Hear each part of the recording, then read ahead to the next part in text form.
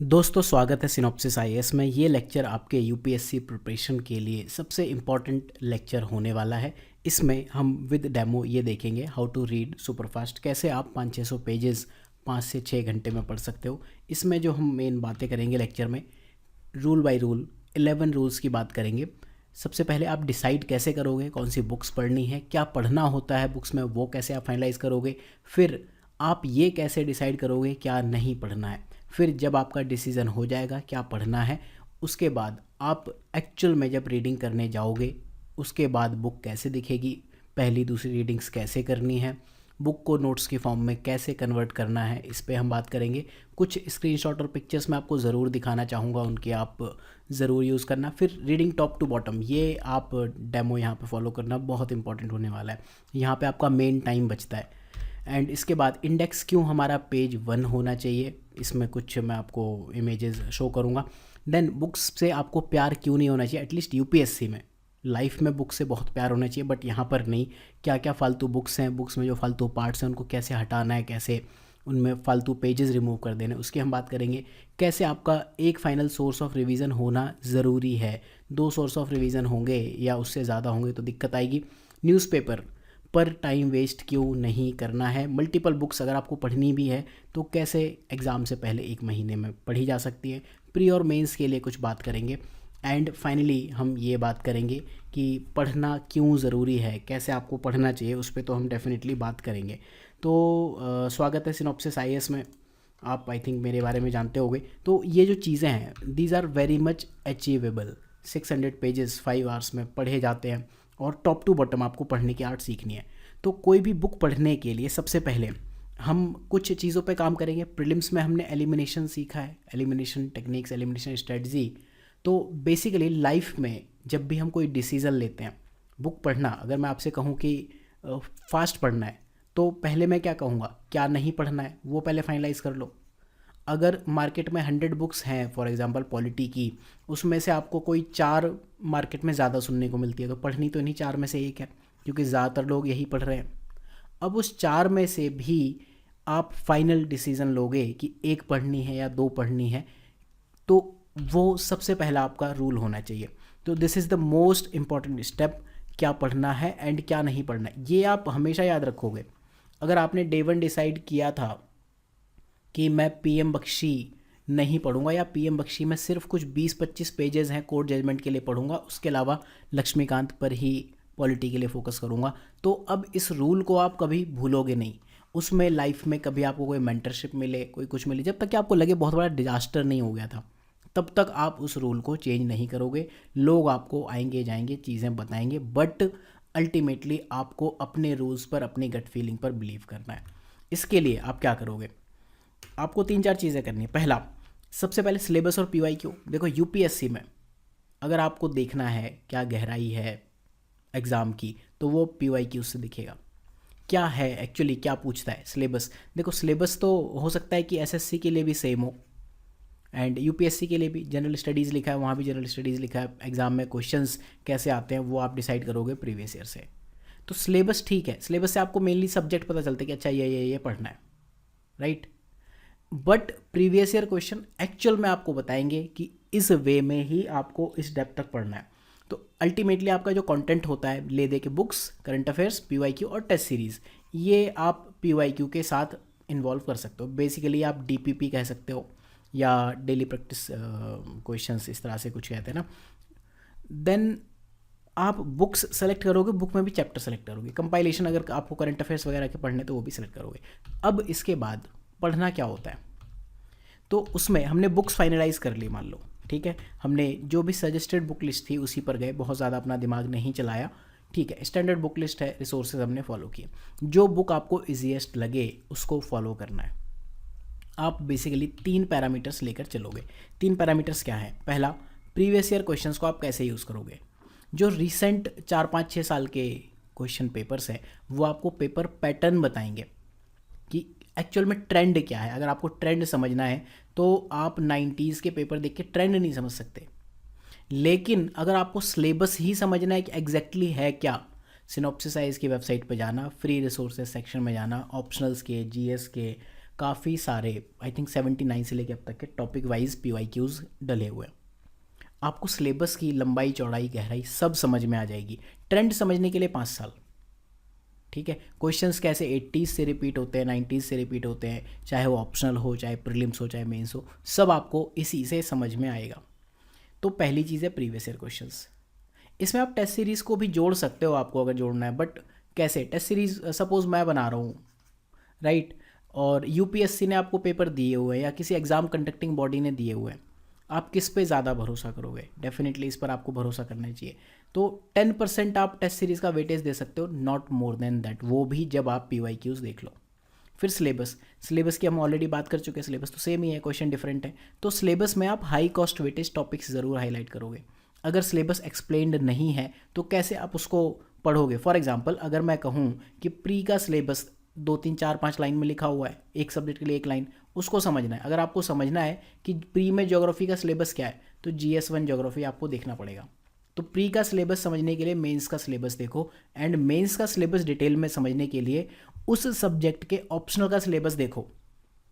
For example history का आपको detail में समझना है क्या सिलेबस, एटलीस्ट टॉपिक लिस्ट आपको चाहिए ना, तो हिस्ट्री ऑप्शनल का सिलेबस देखो। GS1 में हिस्ट्री है, सोशियोलॉजी है एंड ज्योग्राफी, 3 ऑप्शनल हैं। GS2 में ले दे के आपका PSIR और पबेड है।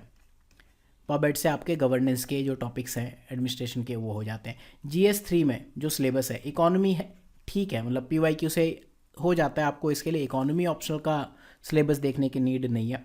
एग्रीकल्चर का जो सिलेबस है, GS agriculture plus geography optional में एग्रीकल्चर है, वो एक बार देख लो। साइंस टेक के लिए, इंटरनल सिक्योरिटी के लिए आपका GS3 का मेंस का सिलेबस सफिशिएंट है, एंड इन्वायरमेंट के लिए ज्योग्राफी ऑप्शनल का सिलेबस देख लो, डिजास्टर मैनेजमेंट के लिए भी। GS4 के लिए अगर आपको थोड़ा सिलेबस देखना है तो जो PSIR है, पबेड है, फिलोसफी है, सोशियोलॉजी, इनमें थिंकर्स के नाम या उनकी 1-2 लाइन आप देख सकते हो। बस इस तरह से आप सिलेबस को समझते हो कि जो भी सिलेबस, प्री का सिलेबस तो इतना है, हाफ पेज में दिया है, तो उसको आप मेंस के 4 पेज से समझोगे, एंड मेंस के 4 पेज का सिलेबस आप ऑप्शनल के 20 पेज से समझोगे, समझ आएगा, ठीक है। तो ये आपको समझना है। अब इस लाइन का क्या मतलब है? सिलेबस सेम हो सकता है, सेम डिफरेंट एग्जाम के लिए, बट क्वेश्चंस का लेवल डिफरेंट है। अगेन हो सकता है कि मॉनसून आपका GS ज्योग्राफी में भी हो, ऑप्शनल ज्योग्राफी में भी हो, क्वेश्चन टोटली डिफरेंट है, ठीक है। तो जो कॉस्ट वेटेज टॉपिक है 20 50 सीरीज़ और मेंस 300 टॉपिक में जाके वेबसाइट पर देख लेना, उनकी लिस्ट बना लो, अपने जो भी नोट्स है उनमें फाइनलाइज कर लो। ऑप्शनल के लिए आपको शॉर्टकट्स इग्नोर करने, एकेडमिक बुक लिस्ट पे जाना है या फिर फॉलो करना आपको सिनॉप्सिस को। अदर कोचिंग्स हैं, ठीक है, 200 से 250 मार्क्स लाने के लिए, ठीक है, चलो ठीक है। आपका फाइनली क्या पढ़ना होता है वो आप प्रीवियस ईयर सिलेबस और ऑप्शनल के लिए एकेडमिक बुक लिस्ट से जा सकते हो। अब अल्टीमेटली आप ये सब डिसाइड कैसे करोगे कि क्या पढ़ना है, what to read and what not to read? इस पे एम्फेसिस दो। व्हाट टू रीड इंपॉर्टेंट नहीं है, what not to read important है। तो वो आप कहाँ डिसाइड करोगे कि क्या नहीं पढ़ना है? आप डिसाइड करोगे बुक की फर्स्ट रीडिंग। और बुक की फर्स्ट रीडिंग कैसे करोगे? बुक की फर्स्ट रीडिंग आप 3 से 4 घंटे में करना सीखो। कहाँ करोगे? ट्राई करो बुक स्टोर पे करो, ऑनलाइन नहीं कर सकते हो। बुक स्टोर पे जाओ। सपोज़ आपको आज की डेट में फॉर एग्जांपल सोशियो में हरलम्बस पढ़नी है, आपको नहीं पता क्या पढ़ना है क्या नहीं पढ़ना है, आप मार्केट जाते हो, बुक स्टोर पे जाके जितनी भी बुक्स है ओपन करते हो, टॉपिक की अदर जो ऑप्शंस अवेलेबल है सब देखते हो, सबको साइड बाय साइड रख के कंपेयर करते हो। ऑनलाइन ये पॉसिबल ही नहीं है, ई बुक से, PDF से छोड़ दो वो सब। बुक स्टोर पे आप अगर 3 से 4 घंटे महीने में टाइम स्पेंड नहीं करते हो, then you are losing a lot. ये आप मान के चलो। बहुत सारी बुक्स मैंने पढ़ने के बाद ये आपको एक कंक्लूजन दिया है। तो आप ट्राई ये करोगे, जब आपको एक बुक डिसाइड करनी है, कुछ तो देखो स्टैंडर्ड बुक लिस्ट है वो हो गई। अब जब आपको मार्क्स इंक्रीज करने या फिर आपको कोई बुक एक्स्ट्रा पढ़नी है, आप मैक्सिमम 1 डे फॉर 1 बुक लोगे। इस प्रोसेस में 90% बुक्स एलिमिनेट होंगे। कैसे करोगे? आप जाओगे मार्केट में, सबसे पहले बुक की हेडिंग्स चैप्टर देखोगे, चैप्टर किस चीज़ पे है, उसके बाद हेडिंग 1 में क्या लिखा है, फिर सब हेडिंग, कीवर्ड कुछ होंगे, बुलेट बोल्ड, इस तरह से पेजेस पलटते जाओ 3 से 4 घंटे में। और आराम से, ऐसा नहीं कि पन्ने पलट दिए मतलब एक के बाद एक, ऐसा नहीं, आराम से। स्पेशली जब आप ऑप्शनल के लिए डिसाइड कर रहे हो, 3 से 4 घंटे का टाइम दो, उसमें आपकी बुक डिसाइड हो जाएगी कि कौन सी बुक आपको सूट करेगी। आपके जो लैंग्वेज का लेवल है, भाई मैं जो इंग्लिश है अपने लिए तो इजी लैंग्वेज की ही इंग्लिश चूज़ करूँगा, जो बहुत बढ़िया स्कूल से पढ़ी नहीं इंग्लिश बहुत तगड़ी है, वो हो सकता है बहुत ही तगड़ी बुक चूज़ कर लें। तो आपको अल्टीमेटली ये देखना है कि आप वो लैंग्वेज चूज़ करोगे। लैंग्वेज में basically complexity, difficulty level plus जो हिंदी या इंग्लिश है वो चूज़ करो। जैसे मैंने हिस्ट्री हमेशा हिंदी में पढ़ी है, मज़ा आता है, कहानी के फॉर्म में फटाफट ख़त्म हो जाती है। आप रीजनल लैंग्वेज में पढ़ सकते हो, इंग्लिश अच्छी है तो पढ़ लो, ठीक है। मार्केट में बहुत सारी बुक्स अच्छी हो सकती है, ज़्यादातर कॉपी पेस्ट है, थोड़ा बहुत पैराफ्रेजिंग होती है। आप देखो ज्योग्राफी में माजिद और खुल्लर बुक ऑलमोस्ट सेम है, मतलब पता नहीं किसने किससे छापा है। शंकर को थोड़ा बेटर पीएमएफ ने कर दिया, शंकर ने विकीपीडिया से उठा के कर दिया, पीएमएफ को उठा के दूसरे कर, तो ये चीज़ें चलती रहती हैं। तो कोई एक बुक पे आप स्टिक कर जाओ, ऐसा नहीं कि ये बहुत बढ़िया नहीं है, ये बहुत बढ़िया है या ये बहुत ख़राब है। आपको एक चीज़ पे स्टिक करना है। मेन पॉइंट ये है कि आप उस चीज़ पे अडेप्ट कैसे करते हो। अडेप्टेशन का मतलब अल्टीमेटली है ये, एक बुक आपको डिसाइड कर लेनी बस, उसके बाद दूसरी नहीं। अब एक चीज़ और है, जिस दिन मान लो आपको रियलाइज़ हो जाए, एडेप्टेशन कैसे होगा, अगर आपको किसी दिन रियलाइज़ हो गया कि यार ये बुक नहीं पढ़नी थी और मेरे 1000 रुपये इन्वेस्ट भी हुए, तो फिर उसको इमीडिएटली छोड़ दो। 1000 रुपये इंपॉर्टेंट नहीं है, एक साल या 2 साल इंपॉर्टेंट है। तो बुक्स के साथ में प्यार में नहीं पढ़ना है। लाइफ में बहुत चीज़ें हैं, उनके साथ प्यार में फॉल हो जाना, गिर जाना, कतई गिर जाना बिल्कुल। अब जब आपका डिसीजन हो गया व्हाट टू रीड, समझ आया कि मतलब हम बेसिकली बात क्या कर रहे थे, सबसे पहले डिसीजन हमें लेना है क्या पढ़ना है, उसमें पढ़ना क्या होता है वो हम कैसे डिसाइड करेंगे उसकी बात की, फिर उसके बाद क्या नहीं पढ़ना है वो हमने बात की। अब हमारा फाइनल डिसीजन हो गया। अब हम एक्चुअल घर पे आके बुक पढ़ रहे हैं। फर्स्ट रीडिंग हमारी हो चुकी है बुक स्टोर में, ठीक है। और अगर नहीं हुई है, फॉर एग्जांपल आपको लक्ष्मीकांत पढ़नी है, तो भी फर्स्ट रीडिंग का काम घर पे कर लो, आपको पता तो है कि बुक पढ़नी है। तो अब जब सेकंड रीडिंग होगी, ठीक, फर्स्ट रीडिंग आप जहाँ भी करोगे आपको हेडिंग सब हेडिंग पढ़नी है और एक दिन के अंदर अंदर एक बुक ख़त्म करनी है, चाहे वो 600 पेज हो चाहे 800 पेज हो। या आप टारगेट लेके चलोगे, बहुत सुकून में रहोगे। आपको बुक का ऑर्डर पता चलेगा कि कौन सा चैप्टर पहले पढ़ना था, कौन सा बाद में पढ़ना था, ठीक है। तो सेकंड रीडिंग ऑफ बुक आपकी ईजी होगी। कभी भी आप चैप्टर 1 से शुरू मत करो। अगर आप पॉलिटी चैप्टर 1 से शुरू कर रहे हो तो आप एक बड़ा डिजास्टर कर रहे हो। मान के चलो कि जो चैप्टर 1 है हिस्टोरिकल बैकग्राउंड, वो तब तक आपको अच्छे से समझ नहीं आएगा जब तक आपने मॉडर्न हिस्ट्री नहीं पढ़ी।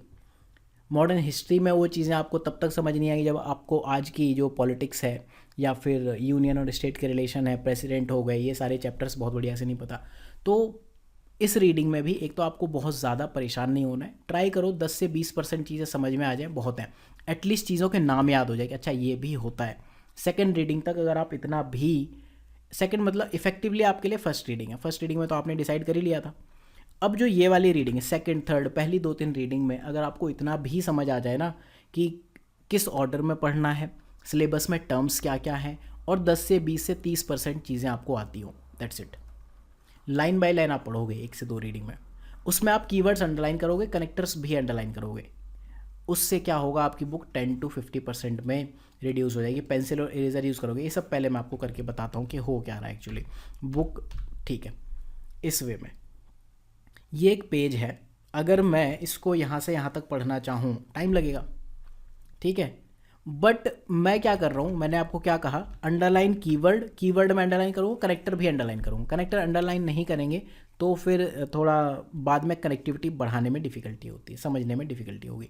तो बुक का आपको टारगेट ये रखना है कि 10 से 50% में रिड्यूस हो जाए। फॉर एग्जांपल ये पेज है, ठीक है, आपको पता है क्या चल रहा है पूरा, लॉर्ड इरविन और लॉर्ड विलिंगटन, जो सेकंड गोलमेज एंड ये वाला सविनय अवज्ञा, इंग्लिश में जो भी कहो आप, वहाँ तक है, ठीक है। अब बेसिकली मान लो मैं इस टॉपिक को पढ़ रहा हूँ, इसी का जूम्ड वर्जन, तो ठीक है, ये पॉइंट कोई ऐसा तो नहीं है कि मतलब बहुत आपको याद करने की नीड है, याद भी हो जाएगा तो भी रटोगे नहीं। ये पॉइंट में ठीक है, आपने लिख लिया, ये आप देख रहे हो पहले यहाँ पे अंडरलाइन किया हुआ, फिर बाद में मिटा दिया, ये किया हुआ मिटा दिया। अल्टीमेटली 2-3 रीडिंग में समझ आया, यहाँ पर इसको मल्टीपल टाइम्स हाईलाइट करने की नीड है। मतलब आर्थिक कार्यक्रम जो नेशनल प्रोग्राम थे ना, उसकी नेशनल इकोनॉमिक एजेंडा जो उस टाइम पे हुआ था, उस टाइम पे जो भी पॉलिसीज़, जो भी प्रपोजल्स पास किए गए थे, उसमें क्या ये सारे पॉइंट्स थे, ठीक है। इस तरह से इंग्लिश की बुक में और देख लेंगे अभी, जिनको इंग्लिश है, ठीक, ले दे के आपकी बुक इस तरह से दिखनी चाहिए बस। और जब भी आप पढ़ोगे ना, रीड करोगे, आपको इन पॉइंट पे ध्यान देना है, जो अंडरलाइन है ख़त्म, बाकी आप पढ़ोगे भी नहीं, उस पर हम आएंगे अभी टॉप टू बॉटम जब समझेंगे, ठीक है। तो अल्टीमेटली आप लाइन बाय लाइन रीड करते जाओ, जो जो चीज़ आपको लगे जनरल जनरल हैं, या इनको आप मतलब कैसे याद करोगे कि यहाँ भी लिखा है, 50 जगह लिखी होगी ये चीज़ भी 50 जगह लिखी होगी, ठीक है। तो ये आप बहुत ज़्यादा इसमें पीछे नहीं पड़ना है, ठीक। कीवर्ड्स आप अंडरलाइन करो कैरेक्टर्स के साथ में, अल्टीमेटली बुक आपकी 10 से 50% पे चली जाएगी। और मैं आपको शो कर देता हूँ इंग्लिश का, जिनका इंग्लिश मीडियम है आप ये देख लो, या फिर यहाँ पर देख लो वॉन थुनेन की थ्योरी के क्रिटिसिज्म। अगर आप देखो तो यहाँ पर मैंने ये अनरियलिस्टिक एजम्पशन जो भी मुझे इंपॉर्टेंट वर्ड्स लगे बस वही हाईलाइट किया है, राइट। आपको कि मैंने इंग्लिश में दे दिया, हिंदी में दे दिया, राइट। इस तरह से आपको करना है। तो पेंसिल और इरेज़र क्यों यूज़ करनी है, पेन क्यों नहीं? क्योंकि हो सकता है आज की डेट में डे वन जब हम पढ़ते हैं हमें सब कुछ इंपॉर्टेंट लगता है, तो विद टाइम हमें लगता है अच्छा ये तो जनरल चीज़ है, याद हो जाएगी, तो वो आप इरेज करते जाओ। मल्टीपल आइट्रेशंस के साथ में चीज़ें करनी है। आपका टारगेट ये होना चाहिए बुक पढ़ी हुई लगनी चाहिए, नई नवेली बुक किसी काम की नहीं है, राइट, ठीक है। नोट्स, कंपैरिजन टेबल, ये सब आपको जहाँ जहाँ बनानी है, जिस चीज़ के नोट्स बनाने हैं वो आप मार्क करते जाओ। अभी नोट्स बुक को ही कैसे नोट्स की फॉर्म में कन्वर्ट करते हैं उस पर हम बात करेंगे, राइट। अब आपको एक चीज़ और मार्क करनी है, कुछ टॉपिक सिमिलर है जो डिफरेंट सब्जेक्ट्स में, जैसे मैप्स और ज्योग्राफी। फॉर एग्जांपल आप एग्री पढ़ रहे हो तो आपके एटलस में भी उसका मैप है और ज्योग्राफी में भी मैप है, ह्यूमन ज्योग्राफी में, उसको आप एक जगह पढ़ोगे, एक साथ पढ़ोगे। कॉन्स्टिट्यूशनल डेवलपमेंट जैसे पॉलिटी का चैप्टर 1 और मॉडर्न हिस्ट्री में अलग अलग जगह पर एक साथ पढ़ोगे, ठीक है। सेकंड रीडिंग के बाद ऐसी दिखनी चाहिए बुक। अब बुक को आप नोट्स की तरह कैसे यूज़ करोगे? बुक के कॉर्नर, बुक की साइड स्पेस यूज़ करो। कैसे? कुछ इस तरह से, यहाँ लिखा हुआ है, ये वाला स्पेस आप यूज़ करो। दूसरा, अननेसेसरी पैराग्राफ्स को स्ट्राइक डाउन कर दो। दिखाता हूँ, पॉलिटी के कुछ स्क्रीनशॉट है आई थिंक, जैसे ये देखो, ये मेरे लिए अननेसेसरी है। अभी मैं बताऊंगा क्यों अननेसेसरी है। तो जब मैं वाइस प्रेसिडेंट पढ़ूंगा तो ये मेरे लिए फालतू है, ये लाइन फालतू है, यहाँ से यहाँ तक ये इंपॉर्टेंट है, हो सकता है बट ये फालतू है, ये इंपॉर्टेंट है, ये मैंने अंडरलाइन किया हो ना, ये मैं पढ़ूंगा, ये पढ़ूंगा, बाकी चीज़ें कहाँ गई वो बता दूंगा। ये फालतू है, फालतू है, फालतू कैसे हुआ उस पर अभी हम बात करेंगे। मतलब मेरे लिए जो अननेसेसरी है उसको मैं स्ट्राइक डाउन कर दूंगा, राइट। अब हाईलाइटर क्यों, highlighter, multi colour pen, pencil, ये सब आप यूज़ करो अलग अलग कलर। इससे क्या होगा, आप प्री और मेंस के फैक्ट्स अलग कर लोगे। जैसे मैं क्या करता हूँ, मान लो करंट अफेयर्स की मैगजीन है, मुझे रिवाइज़ करनी है, तो रेड कलर में कोर्ट जजमेंट को हाईलाइट कर लिया, हाईलाइटर से यूज़ कर रहा हूँ। आप रेड पेन, 4 तरह के पेन होते हैं, blue, black, green and red, इनको आप यूज़ करो, पेंसिल यूज़ करो। तो इससे क्या होगा ना, आपको अलग अलग पता चलेगा जब आप प्री और मेंस के लिए सेपरेटली पढ़ोगे। फैक्ट है, चलो मान लो फैक्ट मैंने रेड कलर से कर दिया, तो ये मुझे पता है प्री के लिए है। अब रेड अंडरलाइन पेन से कर दी, ठीक है। और रेड हाईलाइट जो है मेरा कोर्ट जजमेंट है, वो मेंस के लिए। रेड से ही मैंने क्यों चूज़ किया कि कई बार वो प्री के लिए भी काम आ जाते हैं। तो इस तरह से आप अपने खुद के माइंड के अकॉर्डिंग ये सब चीज़ें यूज़ करो। यहाँ पर दूसरों की हेल्प मत लो, आपको यहाँ मेंटरशिप वगैरह की नीड नहीं होनी चाहिए, ठीक है।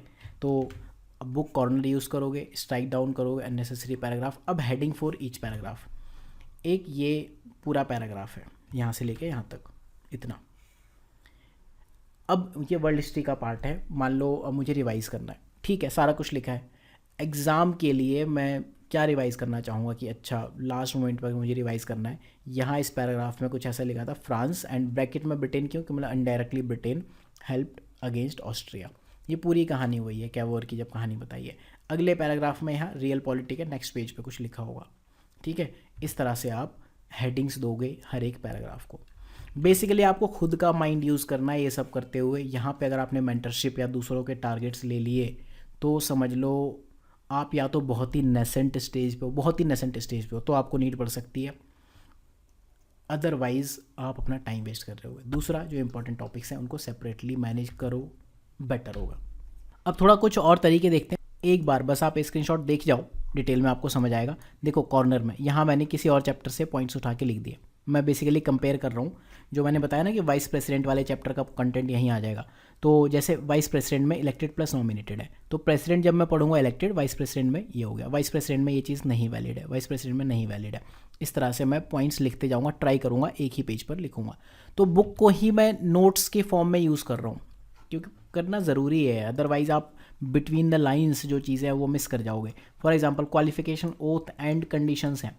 मैं इस पैराग्राफ इतना जो मैंने मेहनत की है इसकी हेल्प से, पहला वाला पॉइंट मुझे पता है गवर्नर एंड वाइस प्रेसिडेंट के लिए भी वैलिड है कि उसको सिटीजन ऑफ इंडिया होना चाहिए। दूसरा 35 ईयर्स की एज होनी चाहिए, गवर्नर प्रेसिडेंट के लिए पता है।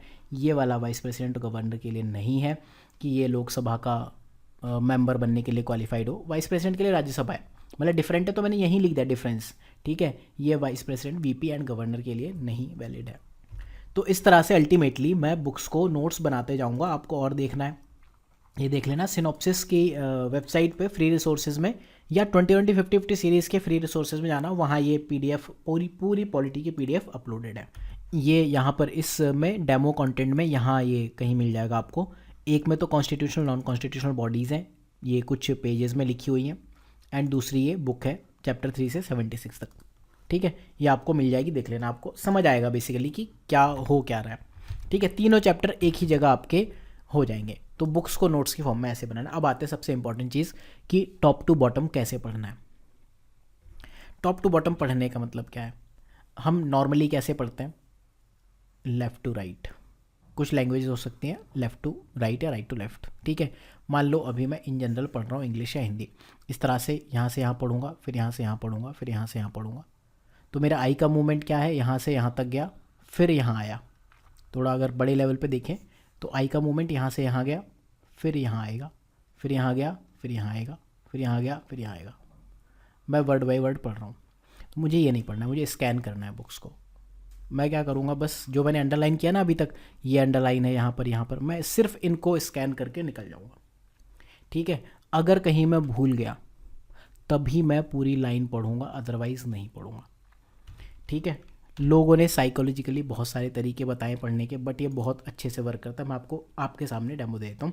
क्रिटिसिज्म पढ़ते हैं, वन थ्रू एंड की क्रिटिसिज्म अनरियलिस्टिक एजम्पशन है। इसका मतलब जब मैं क्रिटिसिज्म की बात कर रहा हूँ इस बेसिस पर है, बाकी आप समझो इसमें कुछ लिखा नहीं, कुछ भी नहीं लिखा है इसमें काम का। The main criticism of this model is that it is based on unrealistic assumption, some of the important criticism are, क्या मतलब क्या है? तो मेरे लिए क्रिटिसिज्म इंपॉर्टेंट है, अनरियलिस्टिक एजम्पशन है। Point number 1, isolated state, only one market. Basically ये क्या कहता है कि स्टेट आइसोलेटेड है। स्टेट मतलब जो लैंड है एग्रीकल्चर, उसका बाकी दुनिया से कोई लेना देना नहीं है, दुनिया में सिर्फ एक ही मार्केट है, ठीक है। ऑप्शनल में समझ आएगा, मैं इसको पढ़ूंगा, पढ़ के बताता हूँ कितनी जल्दी पढ़ रहा हूँ। आइसोलेटेड स्टेट है, ओनली वन मार्केट है, मॉडर्न ट्रांसपोर्ट सिस्टम है, एंड टन माइल किलोमीटर का सिस्टम चल रहा है, ठीक है। अब मुझे ये पता है, मैंने पूरा मॉडल पढ़ा है, तो ये मुझे पता है कि ये अप्लाई नहीं हो रहा है। क्यों? क्योंकि अनरियलिस्टिक एजम्पशन है ऑलरेडी, तो एजम्पशन ही बेकार है, इसीलिए क्रिटिसिज्म है। दूसरा, डिमांड फैक्टर इनकॉर्पोरेट नहीं किया। तीसरा पॉइंट, एग्रीकल्चरल होल्डिंग, ये इधर लिखा हुआ तीसरा point, no state agricultural holding has an isolated entity, पहला ही पॉइंट हो गया ये। एंड बाकी सब कचरा लिखा हुआ है। Man is not a rational और इकोनॉमिक मैन, हमेशा ऐसा ज़रूरी नहीं है। कोऑपरेटिव एंड कलेक्टिव फार्मिंग होती है। Decision making process political authority के हाथ में भी है, ज़रूरी नहीं कि मैन के हाथ में हो। इन्वायरमेंटल फैक्टर्स भी हैं, एलिमेंट ऑफ रिस्क भी है, अनसर्टेनिटी इग्नोर हो जाती है, ये गेम थ्योरी और वोल्पार्ट ने कहा है। इसी तरह से मैं ख़त्म कर सकता हूँ। कितने वर्ड्स पढ़ने पड़े मुझे, राइट। चलो ये ऑप्शनल का है, जीएस में देख लेते हैं अभी। जीएस में मैं आपको बता रहा था, प्रेसिडेंट में ही देख लेते हैं कोई टॉपिक। फॉर एग्जांपल मुझे यही देखना, इलेक्शन ऑफ प्रेसिडेंट, ठीक है। तो इसमें मैं क्या पढ़ूंगा? नो नॉमिनेटेड मेंबर, ये मैंने अलग से लिखा हुआ है। इलेक्टोरल कॉलेज है, इलेक्टेड मेंबर, इलेक्टेड वर्ड अगर पढ़ूंगा बस समझ आ जाएगा मुझे, बाकी याद है यार, बहुत रीडिंग पढ़ ली। इलेक्टेड मेंबर ऑफ असेंबली लिखा हुआ है, नॉमिनेटेड मेंबर लिखा है, काउंसिल वर्ड हाईलाइट किया है। डू नॉट पार्टिसिपेट मतलब कुछ तो था, तो मैं एकदम से देख लूँगा कौन नहीं, अगर भूल गया देख लूँगा, दिल्ली पुडुचेरी है। अगर असेंबली डिसॉल्व हो गई, मेंबर सीज का मतलब क्या आप सोचोगे ना, मतलब वोट नहीं दे सकते। And the shall be uniformity scale of representation, इस तरह से मैं पढ़ लूँगा। अगर आप ये आर्ट सीख गए, थोड़ा एफर्ट लगेगा बस, राइट। इस तरह से आप टॉप टू बॉटम चीज़ें पढ़ सकते हो। ये एक्सरसाइज फिर करके देखना, पिछले 2-3 मिनट रिवाइंड करके देखना, आपको समझ आएगा कि मैं आपको क्या कहना चाह रहा हूँ। फिर नेक्स्ट रूल है, इंडेक्स को पेज 1 बनाओ। यार लक्ष्मीकांत कितने सारे पेजेस हैं, आपको कोई चैप्टर ढूंढना, आप पलटते रहते हो पढ़ने वाला, फ्रस्ट्रेशन का एक अलग ही लेवल होता है। 30 से 60 सेकंड सेव होते हैं, प्लस जो फ्रस्ट्रेशन है ना गजब की, वो आपकी डेफिनेटली बचती है। आपकी बुक का पहला पेज ऐसा दिखना चाहिए कि बुक खोलते ही आपको पता है कि हिस्टोरिकल बैकग्राउंड, मेरी खुद की बुक है, ठीक है, मुझे पता है एग्जैक्टली क्या है। दूसरा, ये एक पॉलिटी की बुक है, ये हिंदी में पढ़ता हूँ हिस्ट्री, उसकी पहली बुक पेज यहीं से शो हो रहा है। इंडेक्स, बुक खोलते इंडेक्स, वर्ल्ड हिस्ट्री की बुक खोलते इंडेक्स। ये ज्योग्राफी की बुक है, I think Majid Hussain, paper 2 के लिए। जीएस में भी लोग पढ़ते हैं। 2015 एडिशन क्यों लिख लिया? क्योंकि एडिशन इनके हर साल चेंज होते हैं, ठीक है। तो मेरे पे कौन सी बुक थी वो मैं देख सकता हूँ, ख़त्म। टाइम बचेगा। आप एक्सरसाइज करके देखना, मतलब ज़िंदगी में सुकून चाहिए ना पढ़ाई के लिए यूपीएससी में, ये काम कर दो, बहुत सुकून में रहोगे, बहुत सुकून में रहोगे, मतलब ज़िंदगी सुखी हो जाएगी। नेक्स्ट चीज़, बुक्स के जो फालतू पेजेस हैं उनको फाड़ दो। पॉलिटी की बुक 4th एडिशन की भी मैंने पढ़ी थी, वो भी ऐसी दिखती है, 5th और 6th की भी ऐसी दिखती है। फर्स्ट पार्ट इंपॉर्टेंट है, सेकंड पार्ट इंपॉर्टेंट नहीं है, इस पार्ट को आप फेंक दो। ये पार्ट कहाँ है? ये पार्ट आप देखोगे यहाँ पर 5 से 6 पेज, या तो ये लिंक डायरेक्टली दिख रहा हो तो ठीक है, अदरवाइज़ ये कोर्स में जाके डेमो में डाउनलोड कर लेना। ये शॉर्ट में लिखा हुआ है, election commission, state election commission, कौन सा आर्टिकल है, कौन सा पार्ट है, सीएजी, यूपीएससी, एसपीएससी अपॉइंट कौन करता है, P for president, G for governor, composition क्या है, टर्म टेन्योर क्या है, सर्विस कंडीशन क्या है, बस इस तरह से देखते जाओ। राइट, 2-3 पेज में सारा ख़त्म। एनएचआरसी, एसएचआरसी, ये आपकी नॉन कॉन्स्टिट्यूशनल बॉडीज़ हैं। इसके बाद ट्रिब्यूनल पे कुछ लिखा हुआ है, इसके बाद quasi judicial body, pressure group, ख़त्म। सेकंड पार्ट में जो मुझे प्रीलिम्स के लिए इंपॉर्टेंट लगा वो ख़त्म। मेंस के लिए इससे एनीवेज कुछ होने जाने वाला है नहीं, ठीक है। तो जिस दिन आप इस तरह से काम कर लोगे तो 800 पेज की बुक आपकी 400 पेज की बुक में कन्वर्ट होने लगेगी। इनफैक्ट जैसे आपको लगे इसमें कि सेंटर स्टेट रिलेशन में, कमीशन में बहुत सारी चीज़ें लिखी हैं, यूज़लेस हैं, उठा के काट के फेंक दो। आई थिंक चैप्टर 21 है सेंटर स्टेट रिलेशन, थोड़ी सी चीज़ है उसमें, 3 तरह के रिलेशन है, वो पढ़ लो, कमेटी के नाम पढ़ लो, ख़त्म हो गया। अर्बन लोकल बॉडीज़ एंड जो आपका पंचायती राज है, इवोल्यूशन में इतना लिखा हुआ है, कौन पूछ रहा है? पूछ भी लेगा तो आपको याद रहेगा किसने कौन सा रिकमेंडेशन दिया था, आज के टाइम पे क्या है वो इंपॉर्टेंट है। तो मैक्सिमम आपको उनकी क्रोनोलॉजी याद होनी चाहिए, पहले कौन सा आया था, फिर कौन सा आया, फिर कौन सा आया, ठीक है। तो इसलिए बुक्स को प्यार नहीं करना है, फालतू बुक्स बहुत लिखी गई हैं। फिर एक फाइनल सोर्स फॉर रिवीजन होना चाहिए। आप एक एक्सरसाइज करके देख लेना, एक सोर्स उठाना विज़न का, उसमें वही टॉपिक लिखा हुआ है करंट अफेयर्स में, दूसरा सोर्स उठाना सिनॉप्सिस का, वही टॉपिक लिखा हुआ है। आप लिटरली बैठे बैठे ये पढ़ोगे ना ये पढ़ोगे, आप सिर्फ वो डिफरेंसेस ढूंढोगे कि यहाँ क्या एक्स्ट्रा लिखा है और यहाँ क्या एक्स्ट्रा लिखा है।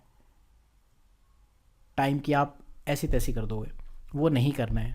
आपको अपने टाइम को बहुत सीरियसली मैनेज करना है। कॉमन टॉपिक्स आप इग्नोर कर देते हो, दिक्कत ये है। और हम क्या करते, आर्ट एंड कल्चर में करके देख लो, किसी में करके देख लो, आप बुक उठाओ, ठीक है, और प्लस जो गवर्नमेंट की साइट पे आप डाउनलोड करके देख लेना, वो देख लो। हमेशा तंग होगे अगर आप इस तरह से डिफरेंसेस, 2 सोर्सेज लेके बैठोगे, डिफरेंसेस ढूंढते रहोगे। इसके लिए टाइम होना चाहिए, ठीक है। कंसोलिडेट करना डिफिकल्ट है, लेकिन अगर आपको पता है कि पढ़ना ही पढ़ना है तो फिर नोट्स बनाओ हर एक ऐसे टॉपिक है, या फिर वहीं लिखो, यहाँ से काट के यहाँ लिखो। तो आपका या तो फाइनल सोर्स ये होना चाहिए, ये होना चाहिए। ऐसा नहीं कि विजन भी पढ़ रहे हो, सिनॉप्सिस भी पढ़ रहे हो, no, not at all. Then newspaper पर क्यों काम नहीं करना है, इस पर मैंने 3-4 बार आपको वीडियोस बनाए हैं, एक बार देख लेना। टाइम नहीं है, देखो अगर टाइम है आप पढ़ सकते हो। एक आइडियलिज्म होता है, एक रियलिज्म होता है। आइडियलिस्टिक प्रिपरेशन तो कहती है कि न्यूज़पेपर पढ़ो, पढ़ना चाहिए, बट कितने साल की तैयारी। आइडियलिस्टिक प्रिपरेशन ये भी कहते हैं ना कि 1 से 2 अटेम्प्ट में यूपीएससी होता नहीं है, हमेशा से यही चलता है यूपीएससी के लिए। आज ये 1-2 साल की कहानी नहीं है कि यूपीएससी अभी नहीं होता है, बहुत टाइम से यही कंडीशन है यार, लोग सालों साल तैयारियां करते रहते थे। फिर मल्टीपल बुक्स अगर आपको पढ़नी ही है, मान लो आपको एनसीईआरटी पॉलिटी पढ़नी है, तो वो उस दिन पढ़ो जिस दिन आपके पॉलिटी लक्ष्मीकांत के 4 से 5 रिवीजन हो गए हो, आपको लगता है कि ये रटी पड़ी है, ताकि आप एनसीईआरटी उठाओ तो आपको पता रहे कि इस पूरे पेज पे बस ये 2 लाइन इंपॉर्टेंट है, बाकी सब मुझे आता है, और वो 2 लाइन उठा के नोट्स बना लो। 2 दिन में आप पूरी एनसीईआरटीज़ ख़त्म कर दोगे, 2 से 4 दिन में मैक्सिमम हर एक सब्जेक्ट की, अगर आपने स्टैंडर्ड बुक्स पे पहले कमांड कर ली, पीवाईक्यू कर लिए तो। इसीलिए मल्टीपल बुक्स एंड में उठाओ, अभी नहीं। प्री वर्सेस मेंस काफ़ी डिटेल्ड एक डिस्कशन बनता है इसके ऊपर। इसमें मैं आपको कुछ चीज़ें बताता हूँ। प्री और मेंस की जो तैयारी है ना, वो इंटीग्रेटेड नहीं है, ये दोनों अलग हैं। प्री अलग होना, pre is not equal to mains. For example GDP पर अगर क्वेश्चन पूछेगा तो प्री में क्या पूछेगा, जीडीपी की कैलकुलेशन मेथडोलॉजी, सीएसओ रिफॉर्म्स 2015 में क्या हुआ, उसके जो और इंडिकेटर्स हैं, इन्फ्लेशन से कैसे रिलेटेड, ये सारी चीज़ें पूछेगा। मेंस में क्या पूछेगा, हम $5 ट्रिलियन इकनॉमी बनने की तरफ अग्रसर हैं, क्या चैलेंजेस हैं, क्या अपॉर्चुनिटीज़ हैं, कैसे करोगे। चीज़ें अलग है ना, आपको नहीं आते सीएसओ रिफॉर्म्स तो कोई बात नहीं, तो प्री और मेंस अलग है। आप ऐसा हर एक टॉपिक देख लो, हर एक टॉपिक में आपको यही समझ में आएगा। E technology in the aid of farmer, mains में क्या क्वेश्चन पूछेगा, प्री में क्या क्वेश्चन पूछेगा। पॉलिटी में लेजिस्लेटिव बॉडी से प्री में क्या क्वेश्चन पूछेगा, मेंस में क्या क्वेश्चन पूछेगा। तो ट्राई करो कि इसको अलग ही रखो। उसके लिए मैंने आपको एक चीज़ बता दी कि बुक में हाइलाइटर, मल्टीपल कलर पेन और पेंसिल ये यूज़ करो। ट्राई करो कि अपनी बुक्स को ही नोट्स बनाओ, और भगवान के लिए दूसरों के नोट्स मत पढ़ना। मुझे 1 साल बाद तो अपनी खुद की राइटिंग नहीं समझ में आती, पता नहीं आप लोग कैसे दूसरों की राइटिंग पढ़ लेते हो। या तो खुद उसके नोट्स बना लो। शॉर्टकट्स पे क्यों जा रहे हो? मतलब यूपीएससी की तैयारी करनी है, खुद 20-25 पेज भी आप दूसरे के पढ़ने जा रहे हो। अब मेन कहानी क्या है कि पढ़ना शुरू करो। ये सब तो ठीक है, कौन सी किसकी स्ट्रेटजी अच्छी है बुरी है, ये वीडियो मैंने 3 से 4 साल पहले बनाया था, मैं वापस से रिकॉर्ड करना चाहता था, दूसरों ने कॉपी करके रिलीज़ कर दिया।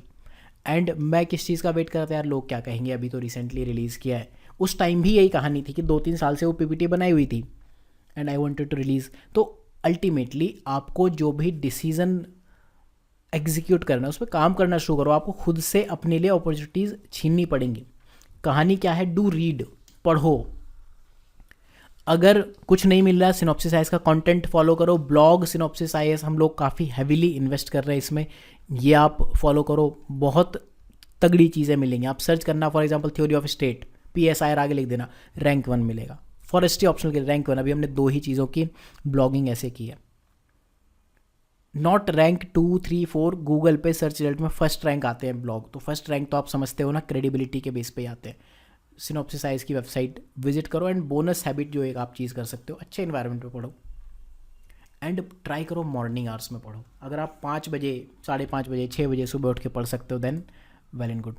तो नेक्स्ट वीडियोज़ में ना मैं एक चीज़ आपको ज़रूर बताना चाहूँगा, कुछ तो आप बता सकते हो। एक जो वीडियो है नीट एंड क्लीन डायग्राम कैसे बनाए जाते हैं, कैसे इसमें पेन और पेंसिल का यूज़ किया जाता है, कैसे कचरा ना हो, उस पर हम बात करेंगे। वो भी आपके सुपर फास्ट पढ़ने को सप्लीमेंट ही करते हैं। So thank you for watching. इसके बाद आपके जो डाउट हो कमेंट सेक्शन में ज़रूर फॉलो करना। पॉज करके ये कोटेशन पढ़ लेना, बहुत बढ़िया लिखी है जो भी लिखा है। And do follow synopsis IAS. मतलब थैंक यू फॉर वॉचिंग।